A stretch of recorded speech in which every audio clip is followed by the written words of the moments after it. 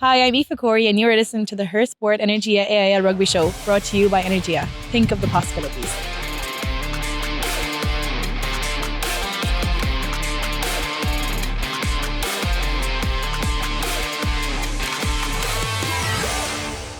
Welcome back to the HerSport Energia AIL Rugby Show, brought to you by Energia. Think of the possibilities. My name is Alanna Cunnane, and today, as always, I'm joined by former Irish Rugby international Hannah Tyrrell. How are you getting on, Hannah? Yeah, good. Good couple of weeks of rugby there now, so looking forward to getting into it. Yeah, plenty of action since we last spoke, and of course a few shocks too. Can't wait to get into it all now.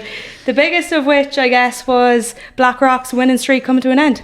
Yeah, look, I suppose we spoke about on the last show how a couple of the top sides or the top four had really started well and got into some good form, and you know, maybe I picked Blackrock to win and they let me down a little bit, but look, that's sport. I suppose it's brilliant. The favourite doesn't always win, and it shakes up the table a little bit, and in fairness to UL Bohs, they were well deserved of that win, and Blackrock have some work to do. They do, of course, and as we were talking about the winning streak coming to an end, I think that's 14 games they went unbeaten there, and Bohs are taking over that trend now. So far they're 5 games, not quite as much, but a good start to the season, and probably a good mix-up as well to see a few teams, I suppose, coming out of the woodwork like that. Yeah, look, unfortunately for Blackrock, you know, all good things have to come to an end sometimes. They obviously still are current champions of the Energia AIL, winning last year, but you know, in fairness to UL Bohs, Fiona Hayes has done a really good job taking over from this season, and in fairness to her, she has a good disposal of players, a good lot of players at her disposal, and they've been well worth it. They have some really good young players coming through, and they're the ones to be caught now, and that can be tough, you know, having that on you. It's like a marker on your back. You're no longer the underdog. Sometimes when you're maybe not the top team, you can sneak in some performances and kind of get away with things, and nobody's really keeping an eye on you too much. But now that they're top of the table and everybody's chasing them, and they'll have to continue putting in some good performances, they want to stay there. For sure, and we'll touch on that again now in a bit. Obviously, that might have something to do with the international duty. Speaking of which, Ireland won the XV3 series, beating Kazakhstan, Colombia and Spain. What do we think of this? Obviously, it was against a different quality opposition, but a good start to Scott Beeman's trajectory nonetheless. Yeah, look, obviously we spoke about it at the end of last year, how we were quite disappointed that Ireland were going to be in WXV3. Particularly, we wanted them obviously pushing the other way and trying to really promote the women's game and get some good quality opposition under their belt, and we knew that in WXV3 that wasn't going to happen. However, when you look at it from a different perspective, you've a new coach coming in, you've a lot of young players that were blooded in this tournament in Dubai, and to get 3 wins out of 3, I suppose, sets a little bit of momentum for this team, who, you know, in the Six Nations didn't really go well, and a lot of these players wouldn't have had any victories, and understanding what that performance was about. So while the quality of opposition was poor, particularly the first 2 games, it was a really good opportunity for these players to gain a little bit of confidence, play some attacking rugby and kind of play on the front foot a little bit, and play a little bit of free flowing rugby. And I think it was good. It was good that we beat Colombia and Kazakhstan by so much. It shows that we're not at this standard and that we deserve to be in WXV2. The Spain game had a little bit of a wobble, but I think it showed really good perseverance and resilience and grit to get over the line after being behind. That performance probably is the one to look at the most, in terms of Spain were a little bit higher quality, still not at the level we'd like to be at, but they gave us a good run. Their defence was good, and we had to work really hard for it, and some big players stepped up, and it's a good start. The biggest thing that comes out of that with Ireland winning it, obviously it's nice. It's always nice to win things. Always nice to get a load of young players to get a feel for winning, because that kind of creates an appetite to win even more. And they'll go into the Six Nations hoping they can do more. But the best thing to come out of this, that with Ireland winning, is that it's opened up another spot in WXV2 for a European team. Ireland aren't guaranteed that spot, but it just means there will be one extra European team playing in WXV2 next year. And if Ireland can continue to play the way they have and improve on that, they can grab one of those spots. And it's a really important year next year, obviously, with it being World Cup qualification. And Scott Beeman has already spoken about how that's obviously the overarching goal. But as you talked about the younger players and the new people that featured, who do you think impressed you the most? Probably not some younger players. I think the additions of Bevan Parsons and Eve Higgins into this squad really helped with this team, particularly in the backline, to gel a little bit. We probably stuttered at times in the Six Nations. We had a lot of youth and inexperience in the last Six Nations, and those two coming in haven't played there before, haven't played obviously at the highest level with sevens, really helped gel things along. And the likes of Aoife Dalton, I thought, had a really good tournament. But for me, it was great to see a lot of new young players capped. So we saw obviously Siobhan McGrath got capped in the Six Nations, but she got more game time. Emer Curry got her first cap over there, and she was the one who actually got the crucial line-out steal for Ireland to win that Spain game. Fiona Cooke came off the bench a couple of times, who's been around the Irish team for a while, I must say. Like when I was back in the Sevens team a couple of years ago, she was brought in initially, but unfortunately injuries for her derailed things a little bit, but she never stopped trying, changed positions a couple of times. She used to be a winger, is now a back row, I think second row maybe, so great for her. But also for me, the front row is an area where we need to kind of tighten up and get some younger players coming through. So I mentioned Simon Grab, Sarah Delaney came on at hooker. I think that's huge for us, particularly with Derv Nicovard being out. I know we have Niamh Jones there who's excellent, and a few other players, but we could do with some young fresh talent. She looks really exciting, so great to see that. Look, a load of girls played well. I thought that the decision to make Sam Monaghan and Adele McMahon captains was a great one.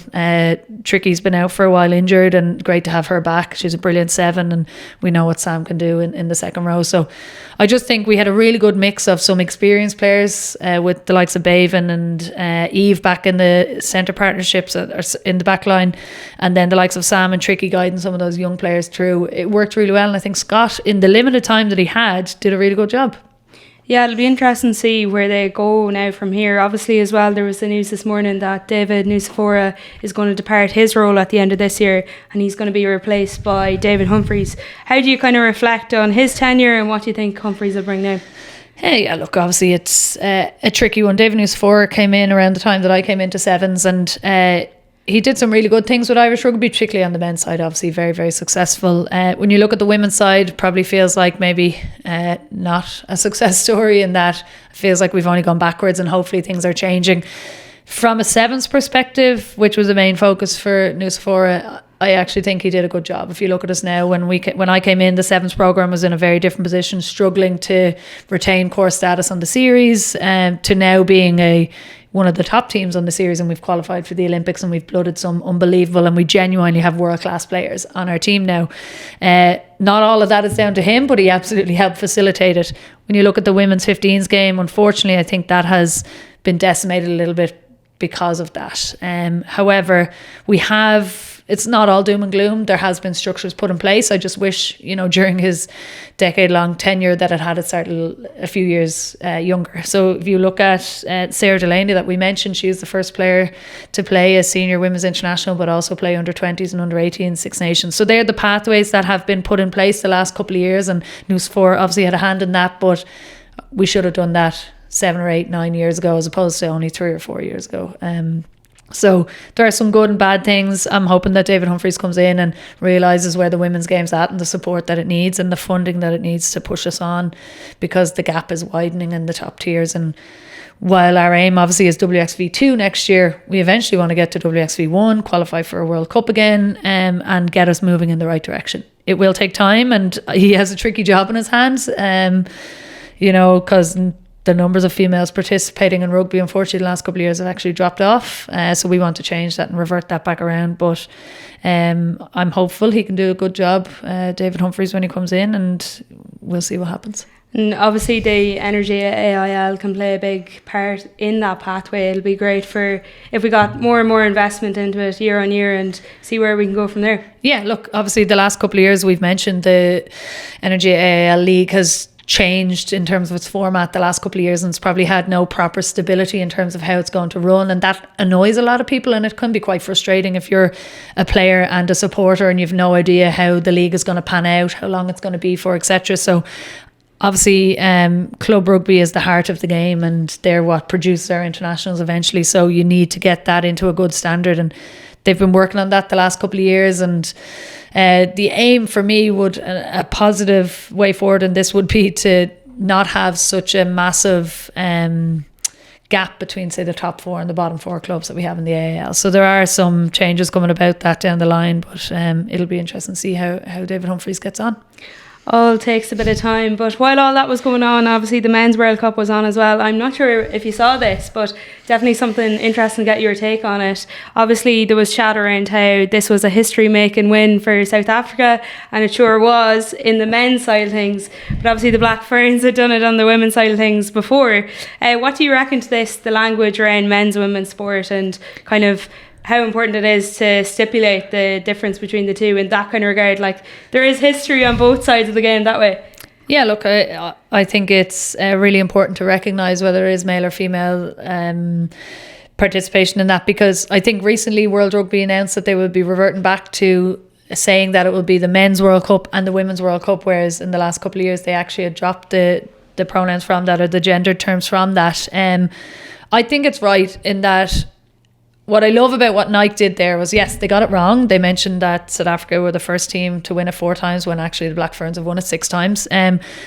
But in fairness to them, when they were called out, they changed it. And the logo you saw there, or the picture you saw there, that's the reverted image where they actually ended up changing it, which is such a nice thing to see, that they're happy to hold up their hands and go, look, we made a mistake and we've changed it and we understand that. And I think we need more people calling them out on that, and we need more male allies in that. And one guy who I love, Brian Habana, obviously former Springbok, he was asked at the start of the World Cup, so he is currently the joint leading try scorer in the men's World Cup history, and he was asked the question, who is the leading try scorer in the men's World Cup in history, and they wanted him to say him, and Jonah Lomu, who's at the top as well, and he actually said, to their surprise, and they were so surprised, they said, he went, it's Portia Woodman, she's 20 tries, I only have 15, so it's Portia Woodman, she has the most World Cup tries in history. And they were taken aback, they weren't expecting that, they wanted him to say him, and I just think it's so simple. That's such a simple thing. He didn't have to do much. He understood that she scored more tries than me, so she's the history maker here, and it's just so easily done. And it's important to recognise that the women's game has gone on, and that we have some trailblazers and they are separate entities. The game is the same, but those playing it are very different. They play under very different standards, I suppose, that people hold them to. And the support for both should be the same, but I think it is important to recognise that when women have achieved something first, to give them the credit where it's due. For sure. Well, we have plenty of those trailblazers in the Energia AIL. We had 3 game weeks since we last spoke, but we'll have a look back over the most recent round of fixtures. As you can see here, UL Bohs overcoming Blackrock, Suttonians beating Cooke, Galwegians against Old Belvedere coming out on top on that one, and then Railway coming out the winners over Ballincollig. Plenty to talk about there, but we touched on it at the top of the show. The Blackrock UL Bohs game has to be the highlight out of that, I think. Yeah, look, as we said, probably the surprise result, and sorry Fee Hayes if you're listening there now, but fair play to them. We mentioned it before, obviously WXV3 in Ireland playing at this time has taken a lot of players away from a couple of clubs, and one club that has been affected massively is Blackrock, and you can see it there in some of the players that they obviously had missing. They still have stalwarts like Hannah O'Connor, driving it through, but when you are missing players like Maeve Deely and who can do damage for you, and who are your main kickers and stuff like that, it does have an effect on your team. They're missing Christy Haney as well, who shores up their scrum for them. And when those players come back in, you will obviously see a massive improvement for Blackrock. However, that is not to take away from UL Bohs and what Fee Hayes has done there. She obviously is on the other side and is lucky enough to have kept a core squad that are not away in international duty, and she has reaped the rewards of that.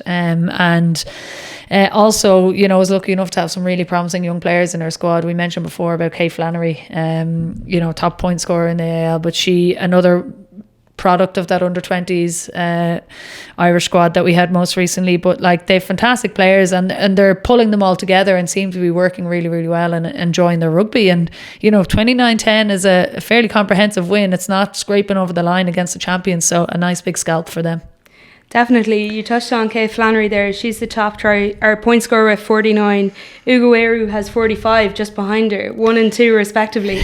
Like, just how unbelievable is that, you know, they are impressing and they're so young as well. Yeah, 2 of them, I think both just 20 years of age. You know, Chisholm Aguero, we mentioned her a couple of weeks ago. I think she scored a couple of weeks ago as well. But what I remember kind of her bursting off the scene was last year in the AIL Energia Cup final. She actually scored the winning try for Railway out in St Mary's. I remember watching her flying down the wing, and she has a background in athletics. She's very, very fast. I think she did a bit of triple jump as well, so she's pretty decent leap on her too. But look, there's fantastic players at their disposal, like, and I hope that they continue their rise and continue to do well. And you never know, Scott is always watching, so I'm sure he'll be keeping an eye on those two. But I can definitely see, particularly Kay Flannery, her brother Jake played underage for Ireland. He's up with Ulster now at the minute, and they have a good pedigree there. I can imagine that we're probably a little bit short on centres at the minute, particularly when Eve Higgins goes back to sevens, which I can imagine she will and won't be available for the Six Nations. He's definitely might be having a look at Kate and going, there's a centre there who can score tries but also kick points for fun. And you know, it'll be interesting to see how she goes throughout the rest of the season. With those wins building up for them though, as you mentioned earlier, there can be that bit of a marker on your back. How did you kind of deal with that as a player? Does it play into your mind even when you're going into a game thinking, oh God, we better not lose here? I think it depends on the player and the way they approach games. Like for me, no matter what the game was or what had gone in the past, I'm trying to take that game as a separate entity. And you know, nothing is a given sport. Anything can happen. Unfortunately, I learned that the hard way in the 2021 All-Ireland final against Meads, you know, and on any given day anyone can win. And I think for you, it's all about your mindset going in, that it's just another game regardless of the occasion, and teams are going to be coming for you, you know that. But if you perform to your ability, you should still be able to get a result regardless of that. But a lot of players, it can be nervous. Some can kind of run away with themselves a little and be like, we're far too good for these, you know, and all the rest. And that can cause a little bit of havoc and cause a little bit of disjointment. And sometimes you just don't perform. And unfortunately, Blackrock found that out the hard way too. Fiona Hayes will be keeping them well under wraps. I don't think they'll be getting too much confidence there with Fee Hayes. She's probably still telling them they're useless in a good way. keeping the heads level. We'll move on then to Cooke against Suttonians. Suttonians winning 44-0. Must have been frustrating for Cooke because they did obviously have some good showcases. I know Emily Martin was probably a bright spark for them, but yeah, yet to get the score off the mark. Yeah, look, we spoke about Cooke and the difficult campaign they had last year, and we were hoping that this year they can turn it around, and unfortunately it just hasn't happened for them yet. Still struggling a little bit to kind of get any sort of phase play together, and a lot of the times their own mistakes or handling errors or ill discipline that's costing them. That being said, look, Suttonians are a good side. Stephen Costello, their former manager, put them in good stead last year, and you know, they've kept on with that. They've had a couple of girls returning from travelling and stuff like that. So Lauren Farrell McCabe, who was in with the Irish 7 team for a while before she got injured and went off travelling, she's returned there too, and she's a bright spark for them in the kind of the half-backs. You know, and they're just a well-drilled team who like to offload and score tries, and you know, they were comprehensive winners there. And you know, Cooke will have in a home game like that wouldn't have been too happy to give up that scoreline and not even, you know, pack a punch themselves. And Farrell McCabe, 2 tries in that game for her, but Aoife Brennan and Grania Tumman both on the conversions. That must be a good option to have as well. Yeah, look, as someone who used to kick yourself, it doesn't always go your way sometimes. And when you have 2 kickers, someone might have a longer range or, you know, better accuracy from the corners and stuff like that. But it is nice to have those options and to be able to switch it up. It takes the pressure off each kicker, you know, to have those options there. And Suttonians are lucky to have 2 of them. It's kind of funny though, touching back to what you were saying earlier, like Suttonians lost out to Old Belvedere the Tuesday before that match, 31-5. Like they're a level above Cooke it seems, but they just can't break into that next tier. Yeah, and like I think the same happened to Wicklow last year. Like Wicklow were the team that were kind of just outside the top 4 last year and had some really good results, but just they found themselves kind of in a middle tier almost, where you had the top tier, you had those who were kind of languishing around the bottom and really struggling to play, and then you had some teams in the middle that were playing some really good rugby but couldn't get results on the day, and Suttonians seem to have found themselves there. But there's plenty of games left. You know, they can pack a punch. They have players who know their way to the try line. They've ex-internationals like Mary Healy. I say ex, she's not currently in the squad, but you know, they're well able to play and get themselves in the right positions. So it wouldn't surprise me if they surprise one of the top 4 teams at some point during the year. Brilliant. Well, Old Belvedere reigning victorious over Galwegians on a scoreline of 33-19. Orla Dixon for Galwegians and Jess Keaton for Old Belvedere starting this one. What did you make of it overall? Yeah, obviously my beloved Old Belvedere, obviously happy to see them get a result and get a good win there, you know, against a Galwegian side who have struggled of late. Obviously missing, as I mentioned before, their talisman really in Nicole Fowley, who was away with the Irish squad, being rewarded for that. I don't know, Dave Clark just seems like they can't really get anything going. They can't find the good form that they kind of had towards the end of last season, and as I mentioned, a lot of their good play comes through Nicole Fowley. Her big long range boot puts them in good positions and stuff like that, but they still have, like you said, Orla Dixon there. They're missing Clara Barrett as well, who was a young player, came through for them. She also got rewarded by being brought to Dubai, and I do think that it's hard to judge the first couple of weeks of the Energia AIL when there are so many players missing on international duty. We will start to see the true form of a lot of these teams and where they're really at when all these players return. I'm sure they're having a little bit of a break now and they'll be back in the next couple of weeks, and obviously wanting to put in good performances for their club, but also to try and get picked for the next Six Nations campaign. So for Galwegians, I know they'll be disappointed. I think they just want to try and hang on through this difficult period, and when they get their players back, really start to kick on and get their campaign back on track. For Old Belvedere, you know, I've mentioned before, they have young Katie Corrigan, Emma Tilley flying. You know, they're missing a couple of players. Brittany Hogan obviously off with the Irish team as well. Dervin Nicavard injured. So there are opportunities there for players, but they still have so much experience with the likes of Leslie Ring and Gemma Farrell and co to just keep pushing them through. And I think Old Belvedere will only continue to get better. They can really nurture those young players coming through, and they have that really good mix of experience and that young naivety, which can be good, you know, and that carefree attitude that some of these young players have can really push through Old Belvedere, and I'm fancying them to do quite well this year again. Yeah, it's so funny when you're chatting there. Obviously, all the Irish internationals to come back now. It's going to be a big shake-up when they do eventually come back. Like, literally anything could happen early. Yeah, that's it. Like, look, you've had, 35 players are going to come back into... Well, I know a few of them go off to the English Premiership, but, you know, the guts of 20-plus players are being sent back out to their clubs now in the next couple of weeks. Some of them probably didn't get as much game time as they would have liked over in Ireland, so they'll be itching to get back going. And as I said, they're all going to be fighting for a place in the Six Nations squad, so they want to do well, and at the end of the day, everyone just wants to play rugby and have fun, and it's always nice to win. So we'll get a much clearer picture of where squads are at when everyone is back, and kind of see where we go. It might take a couple of games to iron out some of the creases with them being gone. It's going to be scary when they do come back, because the likes of Railway are running riot nearly 46-10 over Ballincollig. They're a tough outing for Ballincollig. Again, it is just that difference in levels there nearly. Yeah, look, like we spoke about Ballincollig as well, probably didn't have their best season last year either, and they're hoping to improve upon that, and they have had that. They've had a couple of good results, a little bit up and down this year, but coming up against Railway Union, you know, finalists for the last number of years, previous All-Ireland champions, and calibre players, and the quality they have, regardless of who they're missing, is still unbelievable. I think at one point a couple of years ago, Railway could have between 7s and 15s named a squad of 23 internationals and still leave some internationals out, and that's the calibre you're talking about. They're obviously missing a few that were off, and they will be back and fighting for places, but they still have ridiculously talented players in their squad. And when you're captained by someone like Niamh Byrne, who's been a stalwart for them and who just does everything, you know, she makes the tackle, she gets the turnover, she makes the breaks, she doesn't really get the credits and the plaudits a lot of the time, but she kind of is the glue that holds them all together. And you know, Railway are always a team that are in the mix, and when you're winning 46-10 and you're missing a handful of players, you're in a good spot.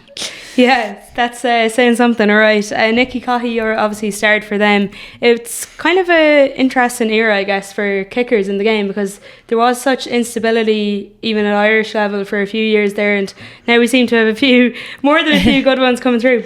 Yeah, look, obviously I know Nikki a long time. When I came into the 7 setup, she was there and we played together for a very long time, and then she obviously got capped by 15s as well, and she's had a great career. But the big thing about her, she's just an experienced head, and she's not fazed by anything. She loves playing rugby.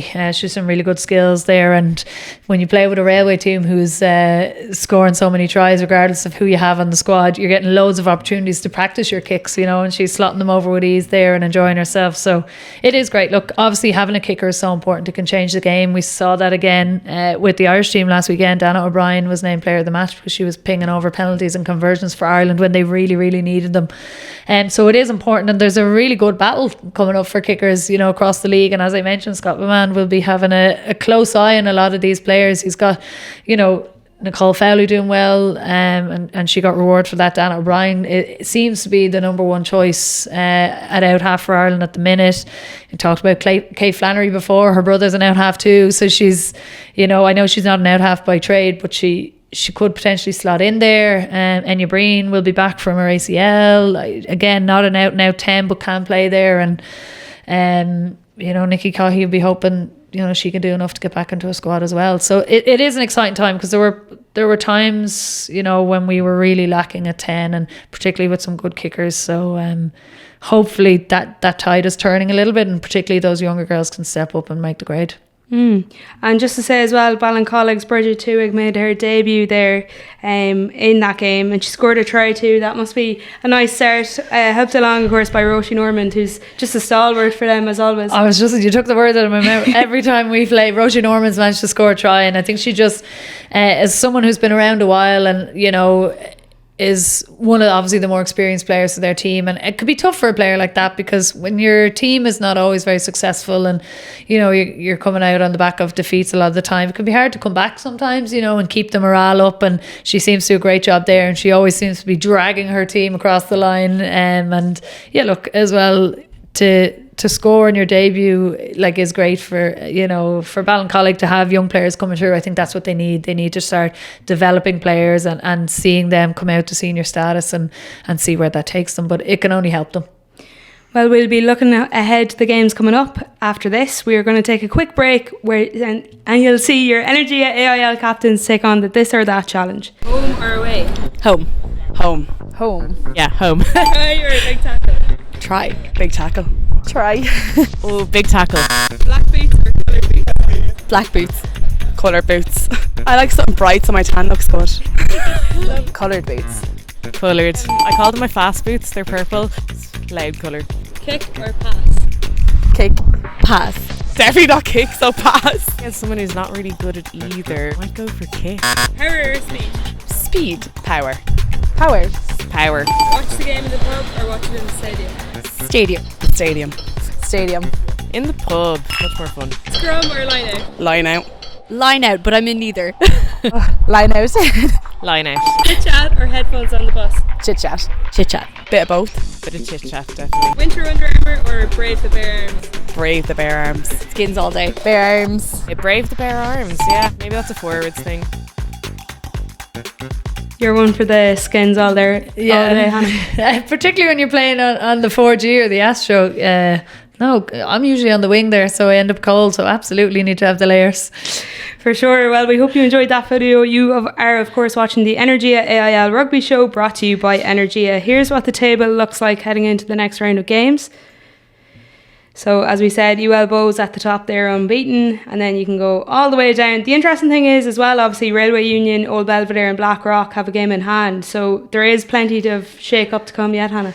Yeah, but looking at it, like UL Bohs, 5 wins from 5, bonus points with them as well. So, it's a tough one. It's a long season, still plenty of games left, but UL Bohs are sitting pretty at the top there. They'll be fairly happy with that, but I know they wouldn't be content, and that they know that the rest are coming for them. But it's exciting to see. You want to see that different team at the top.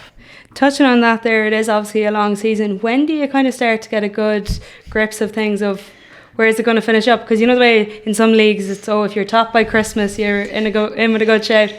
I think it depends on how other teams perform. If only one team is performing and they're well out in front, you can usually tell, look, they're miles out ahead, you're not going to catch them. As you can see, it's still quite tight at the top there, and as well, because we've had so many internationals away, there's so much change to come. This can be a tale of two halves of the season. So I'd say about 3 or 4 weeks into when all the internationals come back and teams are back to full strength, that will give us a really clear indication of where teams really are at and where they stand. I can see that table changing slightly. Just give it a little shuffle. Well, we have a look at the games for this weekend then. We've Ballincollig taking on UL Bohs, Old Belvedere versus Cooke, Suttonians versus Blackrock, and then Railway Union heading to Wicklow to play them there. Which of those stands out to you, do you think? Suttonians, Blackrock, they are purely for Blackrock coming off a difficult loss that they probably wouldn't have been expecting too much, and Suttonians coming off a really, really good win.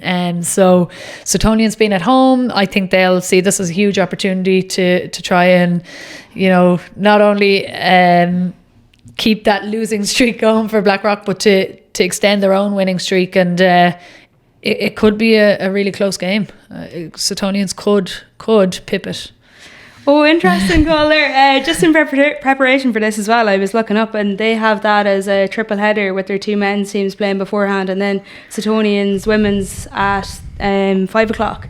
What do you think of that? Do you think that's a way forward to kind of integrate all of them? You'll be watching rugby for the day. Well, look, sure, why not? I think it's a really good opportunity. A lot of the other teams tend to get huge crowds out there. The last time I played against Suttonians and they were at home, they had a great crowd out for us in what was horrendous conditions. So I think it's a really good opportunity for people to see live rugby, and if they were hanging around for the men's game anyway, they might just stay on and see the quality that's on show, because I think a lot of time people probably dismiss the women's game without actually giving it a chance, and then they watch a game and realise that there are some really, really good players on show and that the quality of rugby can be quite good. So it's a really good move, and I think then what's great is everyone will be in the club afterwards talking about it and mingling, and I think it's great to have a club that's really integrated between their men and women's, and they all know each other, and then they can support each other on the big days.